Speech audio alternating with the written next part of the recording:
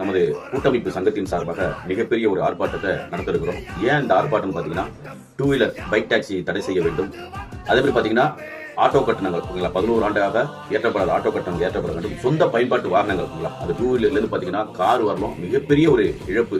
இந்த தொழிலை நம்பி இருக்கக்கூடிய பல ஓட்டுநர்கள் இன்று வாழ்வாதாரத்தை எழுந்திருக்காங்க. அரசுக்கு கட்டக்கூடிய டாக்ஸ், வரி, எஃப்சி, இன்சூரன்ஸ் எல்லாத்தையும் கட்டிட்டு அவர்களுக்கு சவாரி வராம மிகப்பெரிய ஒரு பாதிப்பா இருக்கு.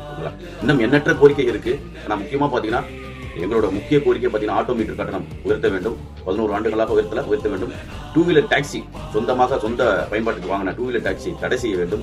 அதுக்கப்புறம் பாத்தீங்கன்னா, ஓன்போர்டு வண்டி எங்க பார்த்தாலும் இன்று பாத்தீங்கன்னா ஓன்போர்டு வண்டி கம்மியான ரேட்டுக்கு வாடகை எடுத்து வாடகை வாகனங்கள் ஓட்டக்கூடிய வாடகை எல்லாமே இந்த ஓன்போர்டு எடுத்து ஓட்டுறதால மிகப்பெரிய ஒரு பாதிப்பு ஏற்படுது.